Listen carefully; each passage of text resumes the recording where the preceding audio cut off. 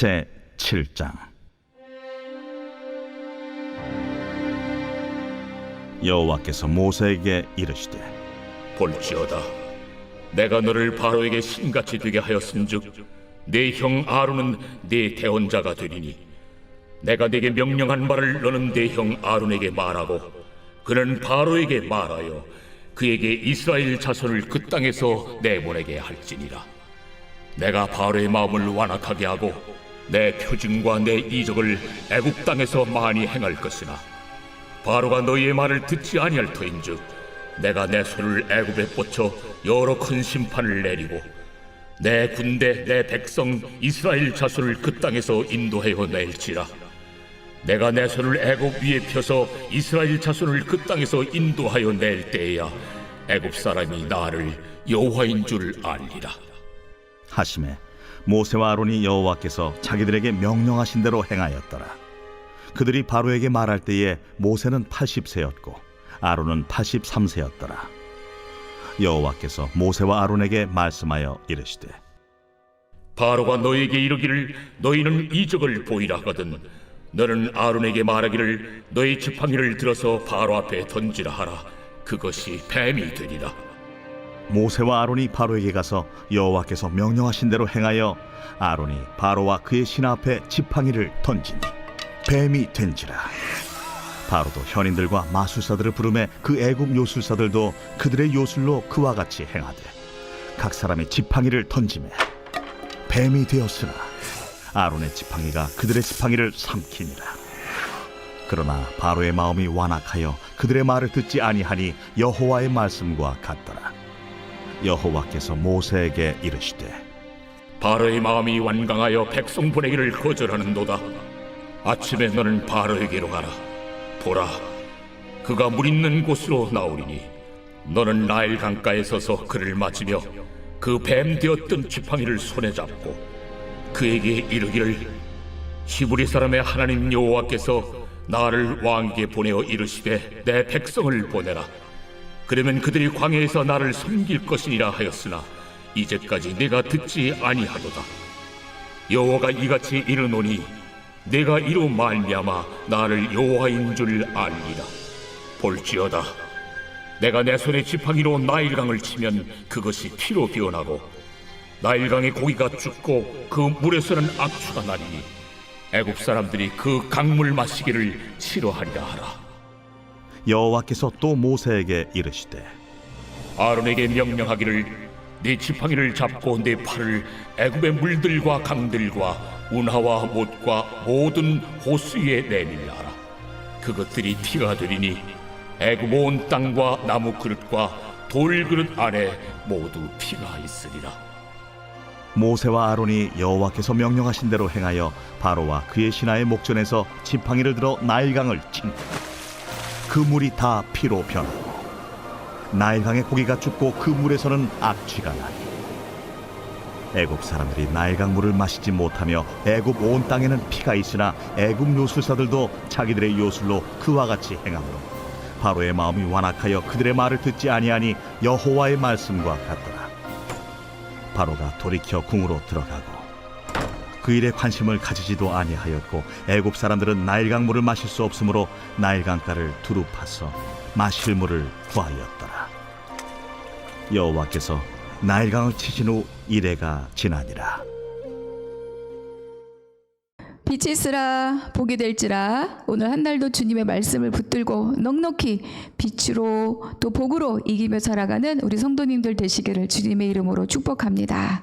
우리가 어제 6장 말씀 다시 이 좌절에 빠진 모세에게 하나님께서 나는 여호와라 이렇게 하나님의 거룩한 칭호를 알려주시고 또 레위인의 족보를 쭉 기록하셔서 하나님의 출애굽 구원 역사가 바로 아브라함의 하나님, 이삭의 하나님, 야곱의 하나님 그들의 조상의 언약 그 연장선상에 있음을 우리 모두에게 알려주셨습니다.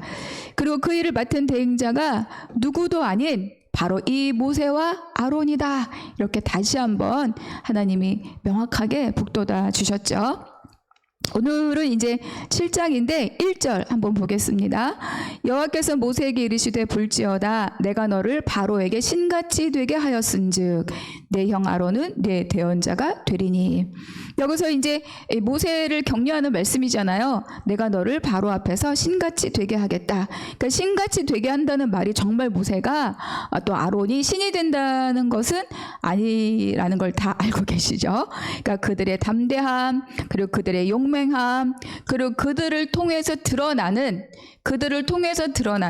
하나님의 능력, 그것으로 인해서 모세와 아론이 바로와 애굽 사람들에게 새롭게, 또 이 이스라엘 백성들에게 새롭게 인식된다라는 의미이죠. 이어서 2절과 5절까지는 하나님 모세와 아론에게 말씀해 주시는 거예요. 너희들이 다시 바로 앞에 가도 그가 거절할 것이다. 너희는 거절당할 것이다. 배척당할 것이다. 그들이 닥칠 일들을 다시 한번 말씀해 주셔요. 그러나 내가 이스라엘 백성들을 인도하여 낼 것이다. 그 땅에서 인도하여 낼 것이고 내가 데리고 갈 것이다. 강력한 하나님의 의지를 다시 한번 확인시켜 주십니다.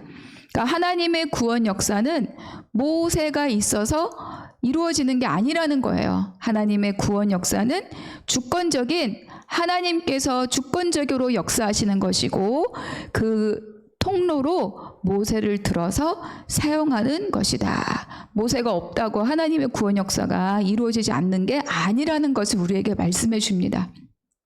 5절 내가 내 손을 애굽에 펴서 이스라엘 자손을 그 땅에서 인도하여 낼 때야 애굽 사람이 나를 여호와인 줄 알리라 하시매. 그러니까 하나님의 강한 손, 하나님의 편팔, 이로 인한 이 하나님의 놀라운 역사는 무엇을 목적하고 있느냐? 뭐예요? 이스라엘 백성들을 빼내는 것도 있지만 그것만 있는 것이 아니라 그들이 애굽 사람에게까지도 내가 여호와인 줄 알게 할 것이라고 말씀해 주고 있는 거죠.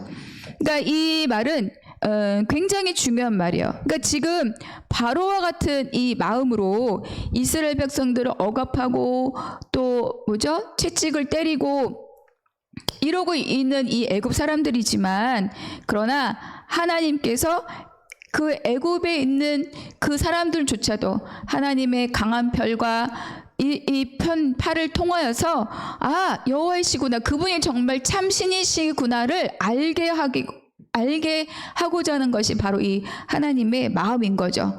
나를 알고 깜짝 놀라서 무서워서 도망가게 하겠다, 이게 아니고 하나님께서 내가 누구인지 제대로 알고 그리고 생명길로 오도록 하겠다. 그런 것이 이 하나님의 긍휼의 마음입니다. 하나님이 누구신지 제대로 알면 하나님 앞에 나아가지 않을 자가 없죠. 그러니까 하나님께서 이들조차도, 그러니까 이 하나님의 놀라운 이 역사의 계시가 이스라엘만을 위한 것이 아니라 그 혜택을 이들도 동일하게 받기를 원하신다는 것입니다. 근데 이제 하나님 모세와 아론, 하나님께서 배척당할 것이다, 거절당할 것이다, 이 말을 듣고 다시 바로 앞에 나아가는 이 모세와 아론의 모습은 어떠한가? 6절을 보니까 이렇습니다. 모세와 아론이 여호와께서 자기들에게 명령하신 대로 행하였더라. 10절에도 여호와께서 명령하신 대로 행하여, 20절에도 모세와 아론이 여호와께서 명령하신 대로 행하여. 그러니까 이제 모세와 아론 뭐가 달라졌죠? 주저함과 망설임이 없어졌어요. 그러니까 이제는 오직 하나님을 믿고, 그렇죠? 자신들을 부르신 그 하나님의 부르심에 순종으로 응답하는 사람이 되었습니다. 이것이 변화이고 이것이 또 성장의 모습인 거죠. 그러니까 이제 환경을 보면 그들이 처음 하나님의 말씀을 듣고 바로 앞에 갔을 때와 달라진 것이 하나도 없어요. 그리고 빼내며 건지며 속량하며 보고 듣고 알고 내려가서 건지며, 이건 다 계속 해왔던 하나님의 약속의 말씀입니다. 뭐가 달라졌습니까? 환경은 아무것도 변한 것이 없지만 모세와 아론이 달라진 거죠. 그들의 마음속에 하나님에 대한 강력한 신뢰가 자리 잡게 된 것입니다. 경험하고 누린 자는 두려움을 이깁니다. 그리고 나서 뭐죠? 하나님이 주신 이 영적 권위가 그제서 이제 드러나게 되는 거죠. 그러니까 처음 모세에게 보여주셨던 세 가지 이적 다 기억하시죠? 지팡이가 뱀이 되고 뱀 꼬리를 잡으니까 다시 또 지팡이가 되고 손을 넣었다가 빼니까 나병 다시 넣으니까 깨끗해지고 그리고 나일강을 피를 조금 떠다가 하면 나일강의 피로 변할 것이다. 그런 사건들. 그래서 사탄을 다스리는 능력, 육신을 다스리는 능력, 세상의 공급을 다스리는 능력, 이것이 이 모세의 믿음을 통하여서 이제 드러나고 역사하게 되는 것입니다. 믿음이 있어야 하나님을 신뢰할 때 모든 것이 가능해집니다. 7절, 그들이 바로에게 말할 때 모세는 80세였고 아론은 83세였더라. 83세입니다. 그 새벽에 문득 그런 생각이 드는 거예요. 하나님의 굳이 이곳에 이 두 사람의 나이를 이렇게 적나라하게 기록하게 하신 이유가 뭘까? 그냥 저의 묵상은 인간의 물리적인 한계보다 사람이 스스로 생각하는 필요 조건보다 하나님의 이끄심이 더 크다. 이거를 우리에게 말씀해주고 계시구나. 사람이 생각하는 때와 시기와 하나님의 때와 시기가 다르구나. 다시 한번 생각해 보게 되었습니다. 아니, 이 나이에 개척으로 나를 부르시나? 아니, 이 나이에 다시 신학을 하게 하시나? 이 모든 것들 다 그렇지 않습니까? 그러니까 사람으로 살아가는 이 삶에 육신의 나이 들에 따라서 사라지는 것들이 있어요.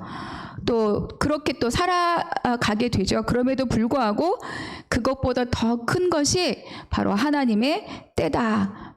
바로 지금이 그런 시기였던 거죠. 우리는 이제 이렇게 질문해요. 아니, 왜 지금 이렇게 말하지만 하나님 우리에게 말씀하시는 거죠. 바로 지금 이렇게 우리에게 말씀하고 있습니다. 자, 8절부터 이제 마지막까지는 이제 두 가지 이적 사건이 일어납니다. 그러니까 9절의 형태는 하나님이 명령하시고 모세와 아론이 가서 이야기하고 그럼 바로와 그 신하들의 반응이 나오고 이러한 형태로 계속 이제 이 이적 사건이 반복이 되고 있습니다. 12절 각 사람이 지팡이를 던짐에 뱀이 되었으나 아론의 지팡이가 그들의 지팡이를 삼키니라. 그러나 바로의 마음이 완악하여 그들의 말을 듣지 아니하니 여호와의 말씀과 같더라. 또 20절 보니까 모세와 아론이 여호와께서 명령하신 대로 행하여. 이 첫 번째 이적을 하죠. 그러니까 모세와 아론이 먼저 지팡이를 던져서 뱀이 됐어요. 그러자 애굽 술사들도 자기들의 지팡이를 던져서 뱀이 돼버렸습니다. 이제 달라진 것은 이 모세의 지팡이가 이 애굽의 술객들의 지팡이를 삼켰다는 것이죠. 또 두 번째 명령대로 지팡이를 나일강을 치자 물이 피로 변했는데 애굽 요술사들도 똑같이 행한 거예요. 하나님의 역사하심에 반드시 저항하는 힘이 있습니다. 이럴 때 깜짝 놀라시고 물러서시면 안 돼요. 이제부터 본격적인 전쟁이 시작되었다. 이렇게 깨닫고 더 강력하게 무장하셔야 되는 거죠. 기도 좀 하고 뭐 여기저기 중보기도 제목 드리고 또 밤에 막 나와서 막 또 열심히 기도하고 그래서 마음을 무장하고 이 정말 태산 같은 그런 일에 딱 앞에 섰는데 하나님의 명령대로 자신도 깜짝 놀랄 만한 일을 했는데 상대도 똑같이 하더라는 거예요. 이럴 때 기도의 능력을 의심하거나 하나님의 약속을 의심하면서 나는 안 되나 보다 그렇게 자포자기할 일이 아니라는 거예요. 이제 시작되었구나. 이것이 바로 이 사건의 사인인 거죠. 우리가 이제 에베소서 6장 말씀을 잠깐 보겠습니다. 6장 10절 쭉 보면 끝으로 너희가 주 안에서 그 힘의 능력으로 강건해지고 마귀의 관계를 능히 대적하기 위하여 하나님의 전신갑주를 입으라. 우리의 씨름은 혈과 육을 상대하는 것이 아니요 통치자들과 권세들과 이 땅의 어둠의 주관자들과 세상 주관자들과 하늘에 있는 악의 영들을 상대함이라. 그러니까 이 말씀에서 전쟁을 이기는 법을 우리에게 알려주고 있습니다. 첫째는 주 안에서 그분의 힘으로 강건해지는 거예요. 그러니까 내가 스스로 강건해지는 것은 너무나 한계가 명확한 거죠. 제일 중요한 것은 내가 그분 안에 머물고 그분의 힘으로 내가 강건해지는 것입니다. 둘째는 마귀의 관계를 이기기 위해서 하나님의 전신갑주를 입으라. 우리가 잘 알고 있는 6가지 무기가 있죠. 뭡니까? 진리의 허리띠, 의의 호신경, 복음으로 준비한 신, 그리고 또 믿음의 방패, 구원의 투구, 말씀의 검. 그러니까 이것들로 우리가 무장하고 있어야 내가 엄한데 칼자루 날리지 않고 정말 바라보고 싸워야 될 대상을 상대하게 된다는 거예요. 그러니까 애굽의 술사들이 똑같이 했다고 해서 하나님의 능력이 의미가 없나 보다. 이거가 바로 속임인 거죠. 그리고 이제 더 정확하게 알아야 할 세 번째가 뭐냐면 우리의 씨름이 뭐다? 혈과 육을 상대하는 것이 아니다. 눈에 보이는 대상을 놓고 싸우는 것이 아니라는 거예요. 영적 권세를 갖고 그런 힘과 싸우는 거라는 거죠. 그러니까 그들에게도 어둠의 권세도 힘이 있잖아요. 뱀이 똑같이 뱀을 만들었다, 피가 되게 했다는 그렇게 큰 사건이 아니라는 겁니다. 그렇기 때문에 우리는 자기 생각으로 싸우면 지게 될 수밖에 없죠. 반드시 기도하고 하나님의 지혜로 싸워야 합니다. 그럴 때 바로에게 신과 같이 되게 하리라 하는 하나님의 권위를 내가 힘입을 수 있습니다. 마지막 절입니다. 23절. 바로가 돌이켜 궁으로 들어가고 그 일에 관심을 가지지도 아니하였다. 이거 굉장히 놀라운 거예요. 왕이잖아요. 그렇죠? 그런데 지금 막 나일강의 피로 변했다는 것은 그들의 아주 기본적인 생활 하수가 끊겼다는 얘기인데 그 일에 관심을 가지지도 아니하였다. 그러니까 백성들의 생활 근거지가 피로 변화였지만 바로는 전혀 이것에 상관하지 않는 거죠. 바로는 어떤 사람이냐? 생명과 사람에게 관심이 없는 사람이다. 오직 자기 자존심, 자기 체면 이것만 너무 중요하게 여기는 사람입니다. 여러분은 또 나는 어떤 사람인가 한번 생각해 보시면 좋겠습니다. 그래서 7장을 마무리하면서 이런 질문 드리고 싶습니다. 나는 어떻게 좌절의 자리에서 일어나서 강건한 하나님의 사람으로 환경을 마주했는가? 저는 늘 실패자였던 것 같았는데 제가 아주 그렇구나 라고 내가 쫙 일어선 그런 경험들이 있습니다. 그때 그렇게 하나님 앞에 탁 담대함으로 강함으로 그 태산 같은 환경과 어떻게 마주할 수 있었는가 돌아보시면 좋겠습니다. 두 번째는 이제 모세와 아론 계속 지금 거절당하잖아요. 나에게도 그럴 때가 있거나 있었을 수 있죠. 나를 배척하고 외면하는 그런 환경이 있는가. 그래서 그 환경을 한번 구체적으로 기록해 보시면 좋겠습니다. 그리고 그것에 대해서 기도해 보시면 좋겠습니다. 하나님의 지혜가 부어질 거예요. 그리고 그 외면과 배척의 환경에 진짜 하나님의 구속사가 의미가 무엇인지 발견되고 그것으로 다시 한번 강건하게 일어서는 여러분 모두가 되시기를 주님의 이름으로 축복합니다. 기도하겠습니다. 하나님, 못 간다고 하고 또 두려워하던 이 모세와 아론, 이제는 하나님의 명령대로 행하는 강건한 주의 대행자가 되었습니다. 오직 그에게 하나님의 능력이 부어지고 믿음으로 반응했을 때 얻을 수 있는 하나님의 영적 권위였습니다. 하나님, 오늘 하루 우리가 살아가던 모든 삶의 자리에서 이렇게 하나님의 권위를 힘입어 혈과 육을 상대하지 않고 세상의 어둠의 주관자들을 상대하여 하나님의 전신갑주를 입고 맞서고 승리할 수 있는 우리 모두, 그리고 오늘 한날이 될 수 있도록 도우시고 역사하여 주시옵소서. 모든 것을 감사하고 우리 주 예수 그리스도의 이름으로 기도하옵나이다. 아멘.